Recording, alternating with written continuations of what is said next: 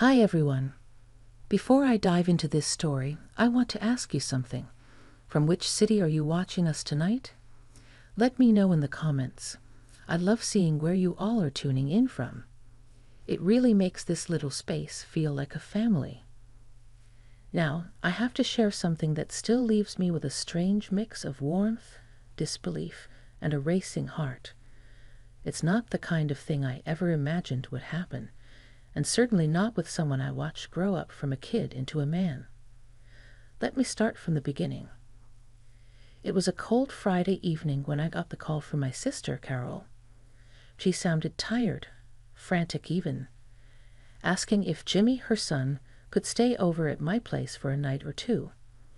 There had been a plumbing issue at her house, something with the hot water heater flooding the entire lower floor, and she was dealing with contractors and chaos.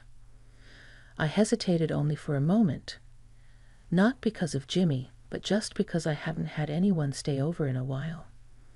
My home had become my peaceful little sanctuary, just me, the smell of eucalyptus candles, and old jazz records spinning softly in the background. Still, I said yes. I'd always had a soft spot for Jimmy.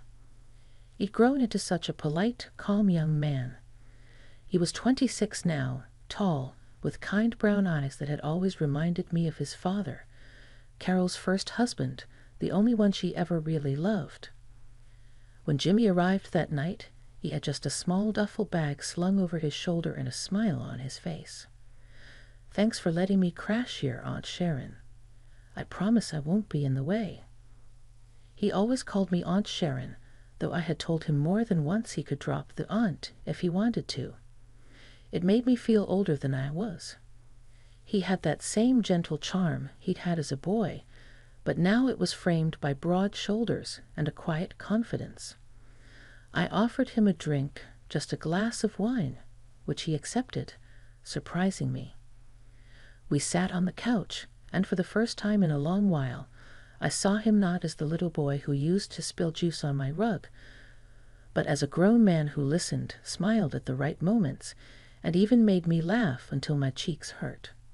I felt comfortable, warm, maybe a little too warm.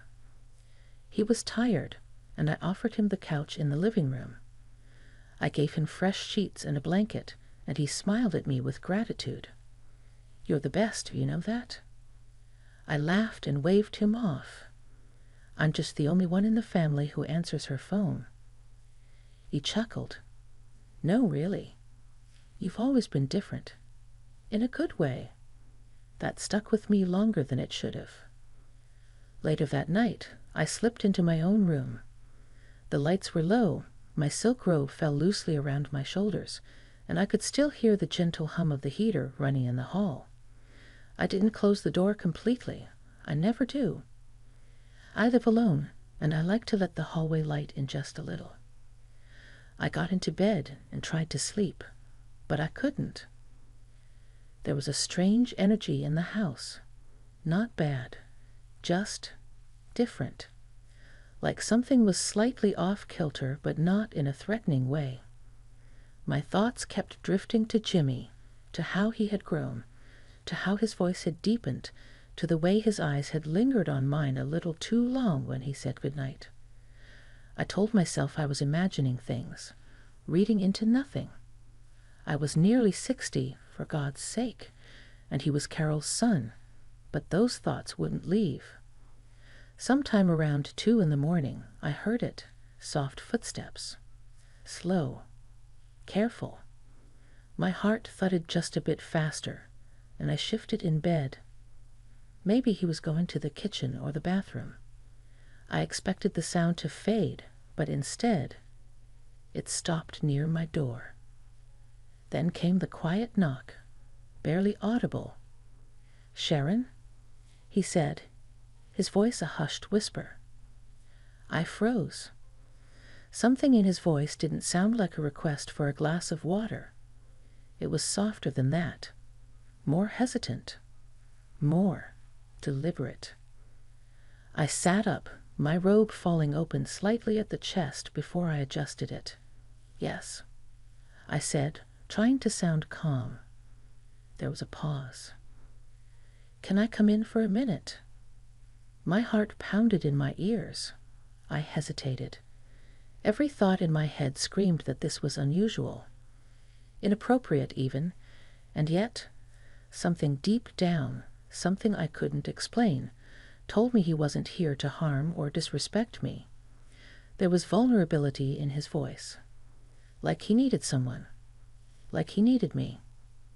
"Come in," I said, softer than I intended. The door creaked open, and there he was, standing in the dim light of the hallway. He wore a loose t-shirt and flannel pants. His hair was tousled, his face unreadable. He stepped inside and closed the door behind him slowly. "I couldn't sleep," he said, looking at the floor. I didn't respond. I just watched him. "I kept thinking about something you said earlier, about feeling alone. And I guess I didn't want to be alone either. Not tonight." The way he said it, so quietly, so vulnerably, made something inside me soften. "You could have just said that, Jimmy," I replied, patting the edge of the bed. "Sit down." He did, slowly, carefully, as if not to cross any invisible line. We sat in silence for a while.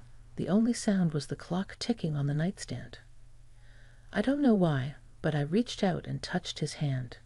It was warm, firm, and trembling just slightly. He looked up at me, those same brown eyes suddenly so close. There was nothing vulgar in his gaze, only honesty, only emotion. I looked away first. "You know, you're not that little boy anymore," I whispered. "I haven't been for a long time," he replied. The silence grew again, not uncomfortable now, but electric, charged. And in that charged silence, something shifted between us, something I wasn't ready to name. Not yet, but I felt it, and I knew he did too. He didn't try to kiss me. He didn't touch me. He just sat there, sharing space, sharing silence. And somehow that was more intimate than anything else could have been. Eventually, he stood. "I'll go back to the couch," he said, his voice barely above a whisper. "Thanks for letting me talk." I nodded. "Good night, Jimmy." He looked at me once more, like he wanted to say something else, something he couldn't quite find words for. Then he left the room. I lay back against the pillows, heart still thumping, mind racing. Something had changed tonight, and I had no idea what would happen next. The next morning, I woke up far earlier than usual. The sun hadn't fully climbed over the horizon, and my room was still cloaked in that soft gray blue that only early dawn brings. I stared at the ceiling for a long time, listening to the hush of the house, wondering if Jimmy had slept at all. I pulled on my robe and moved quietly through the hall. The living room was still, and there he was, curled up on the couch under the throw blanket I had given him, one arm tucked under his head, his chest rising and falling slowly. He looked peaceful, younger. Not the same man who had walked into my room in the middle of the night, searching for something even he couldn't name. I stood there for a while, just watching him. Part of me wanted to go back to bed and pretend none of it had happened. But another part, the louder part, needed coffee. I tiptoed into the kitchen and started the pot. The familiar aroma filled the air quickly, and it wasn't long before I heard the soft creak of the couch as he stirred awake. I didn't turn around right away when I heard his footsteps come closer. I focused on pouring the coffee, grounding myself with the simple ritual. "Morning," he said gently. I looked over my shoulder. "Morning." He rubbed the back of his neck, a shy smile creeping onto his face. "Sorry if I made things. Weird last night." I handed him a cup. You didn't. He looked at me, surprised. I didn't. No, you didn't say anything wrong. You didn't do anything wrong. You were just honest. He exhaled, the tension leaving his shoulders just a bit. We both sipped quietly, leaning against opposite counters, the hum of the refrigerator filling the quiet space between us. It's just, he began, I've always felt like you saw me. Like really saw me. Even when I was a teenager, awkward, going through all that stuff, you were the only one who talked to me like I mattered, like I wasn't just Carol's kid. I wasn't expecting that. I lowered my cup and stared at him. I don't know why I came to your room, he continued. I just felt drawn and safe. That word, safe, sat heavily in the air between us. It was loaded. I knew it. He knew it. And yet it was the most innocent truth in the moment. I nodded slowly. You are safe here, Jimmy. Always. He looked at me for a long time, and in his eyes there was gratitude. But there was also curiosity, unspoken questions, and maybe even desire. I set my cup down and walked to the window, opening it just a crack. The fresh morning breeze rushed in, cooling the warmth that had crept up my neck. We should do something today, I said, changing the subject. Maybe go for a drive. Clear our heads. He smiled. I like that. We drove up the coast that afternoon. I let him take the wheel. I wanted to watch him, honestly. See him in motion. See the way he held the steering wheel loosely with one hand, the way he squinted slightly in the sun. We played music. Old Motown at first, then a mix of newer stuff he liked that I didn't recognize but didn't mind. And we talked. About everything. His job, which he hated. His friends, who he rarely felt fully connected to. His relationships, short, fleeting, nothing that ever felt real. And then he said something that made me turn my head. I guess I always measured every woman I dated against how you made me feel, and none of them ever came close. I looked out the window. My heart did something strange. It flipped, then swelled, then quieted again, like it wasn't sure what to do. You shouldn't do that, I said softly. I know, he replied. But I couldn't help it. We stopped at a small lookout and stood near the edge of the railing, watching the waves crash below. The wind pulled at my hair, and I closed my eyes for a moment, letting the ocean air kiss my face. When I opened them, Jimmy was looking at me. Not just looking, studying me. His expression was unreadable again, just like the night before. You're really beautiful, Sharon, he said quietly. I smiled, a little embarrassed. Don't say that. Why not? Because I hesitated. Because I'm your aunt. He stepped closer. You've never felt like an aunt to me. You've always just felt like you. There it was again. That quiet, undeniable tension that had returned and wrapped itself around us like a tide pulling in. I didn't move away. And he didn't push. We just stood there, two people caught in a moment neither of us expected, both understanding that whatever this was, it was real and delicate and not to be taken lightly. Later that evening, back at the house, everything felt softer. The silence wasn't awkward. It was thoughtful. We didn't talk about what had passed between us at the lookout. We didn't need to. But I felt it. In the way he helped me with dinner. In the way he reached around me to grab a plate and lingered just a second longer than necessary. In the way our fingers brushed when we sat next to each other on the couch to watch a movie.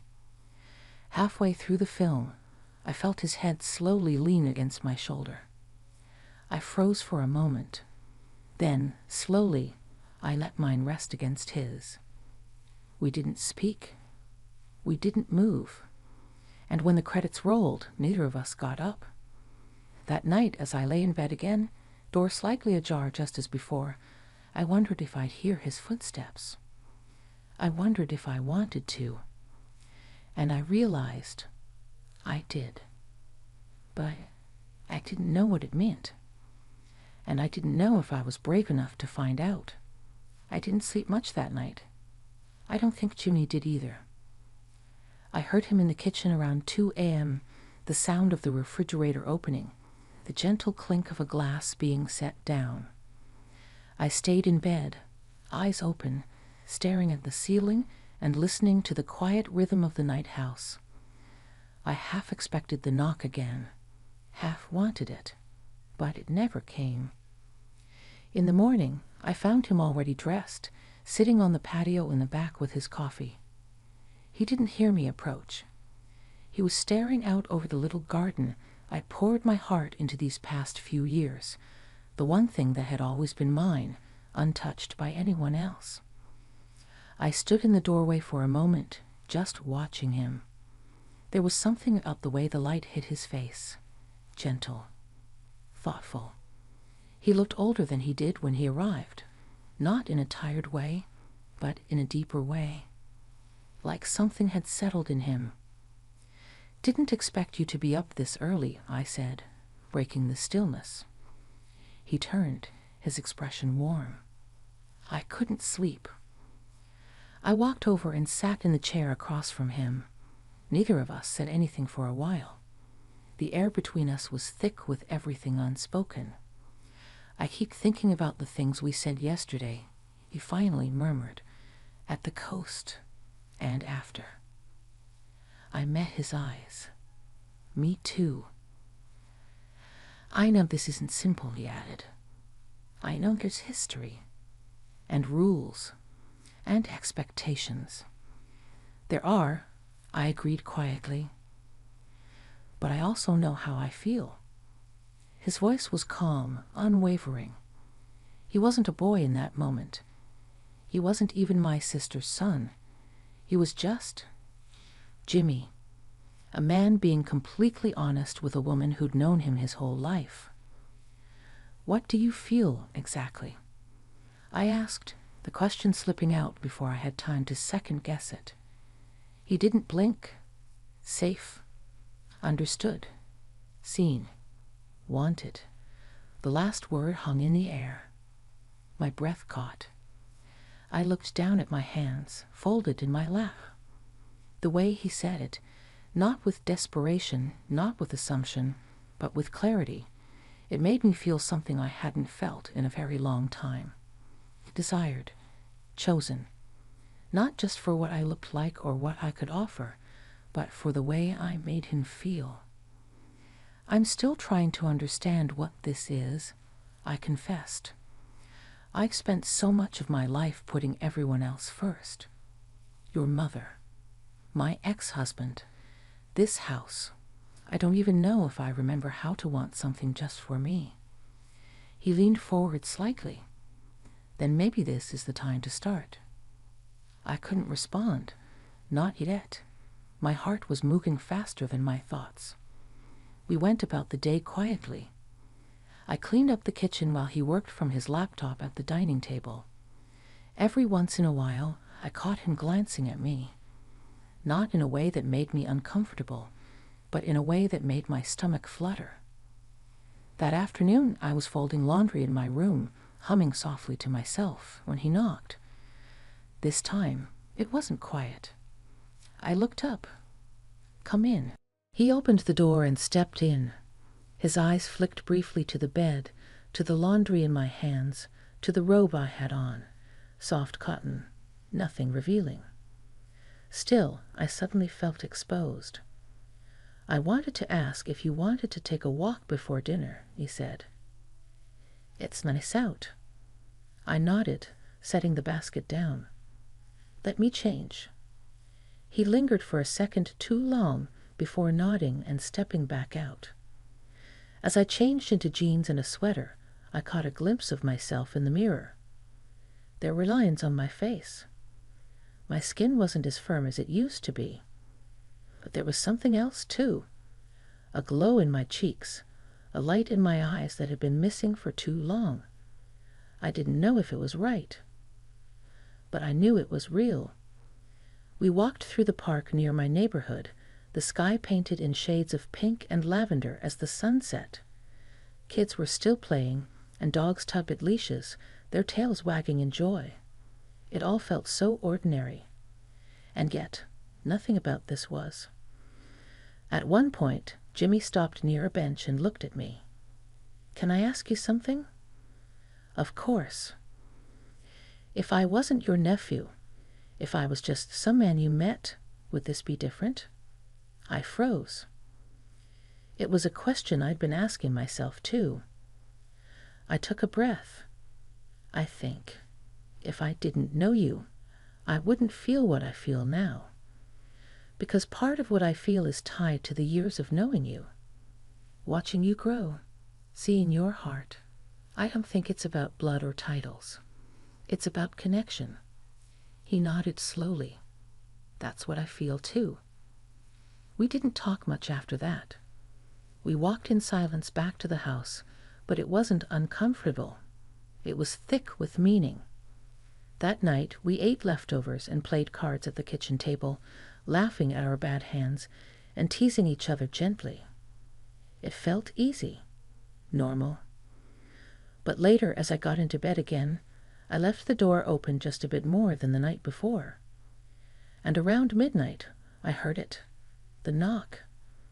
3 soft taps. I didn't speak. I just got out of bed and walked to the door. Jimmy was there, standing in the hallway in a t-shirt and sweats, barefoot, his hair messy. His eyes were warm but uncertain. I stepped aside.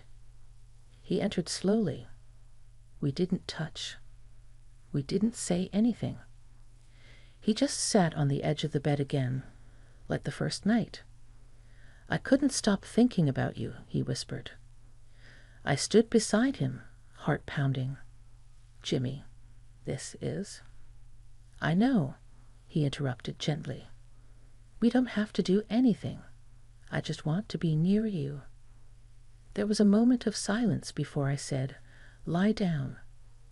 He looked at me, surprised. "Are you sure?" I nodded. "Just stay, just for tonight." He lay down beside me, fully clothed above the covers. I slid back into bed beside him. There were inches between us, but it felt like a mile. And yet, it felt right. He didn't reach for me. I didn't reach for him. But when I woke up a few hours later, I found his hand gently wrapped around mine. And I didn't pull away. The morning sunlight poured into the room in streaks of gold, warming the edge of the bed and brushing against my cheek.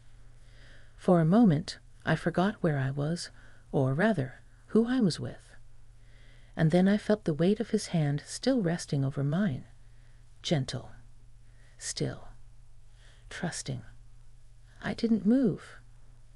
I just laid there, staring at the ceiling, listening to the quiet rhythm of Jimmy's breathing beside me.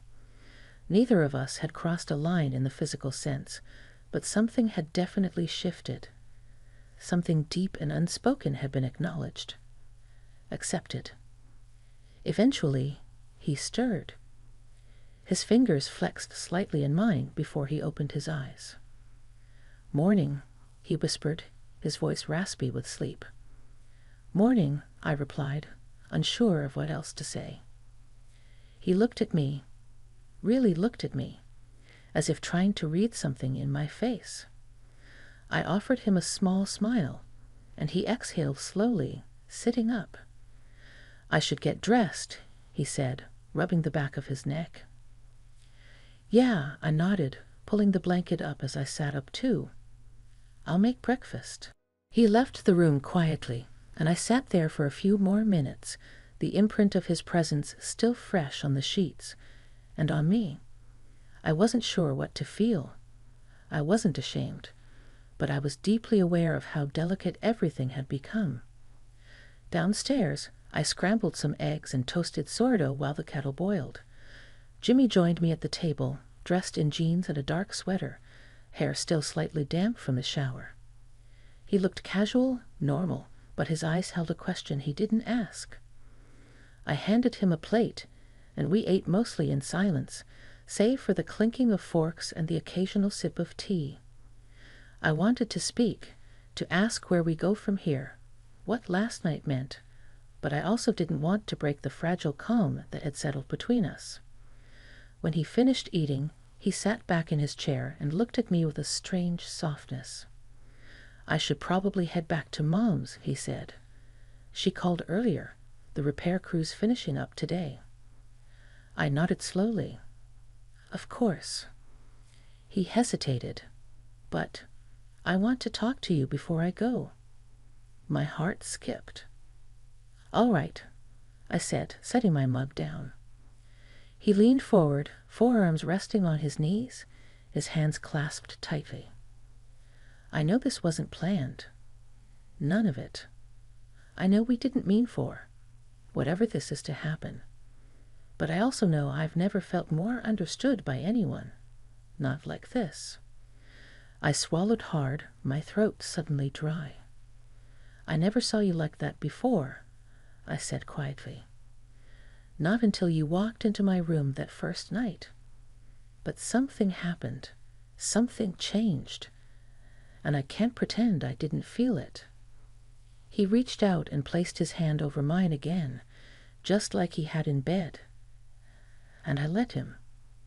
"I don't want this to be a secret," he said. "I don't want to feel like I did something wrong." "You didn't," I said, almost too quickly. "You didn't do anything wrong, Jimmy. And neither did I." He looked relieved, then unsure again. "But where do we go from here?" That was the question, wasn't it? I stood up and walked to the window, arms folded as I stared out into the small backyard. The wind rustled the leaves gently, and the sun glinted off the garden hose coiled on the side fence. "I don't know," I said honestly. "You go back to your life. I go back to mine. And we talk. Honestly. Slowly. Like adults." He came up behind me, his presence warm and steady. "Would you be okay with that? If I called you? If I visited? If we took our time?" I turned around, and his eyes searched mine. "I would," I said. "But it has to be real. It can't be just a moment we got swept up in." "It's not," he said firmly. I nodded, and I believed him. We didn't embrace. We didn't kiss. But there was something more powerful in that moment, mutual respect, mutual care, mutual awareness of what we were stepping into. Later, I watched him pack up his things. We stood at the door, and he hugged me, just tightly enough to linger. "I'll call you tomorrow," he said. I smiled. "I'll be here." And then he left.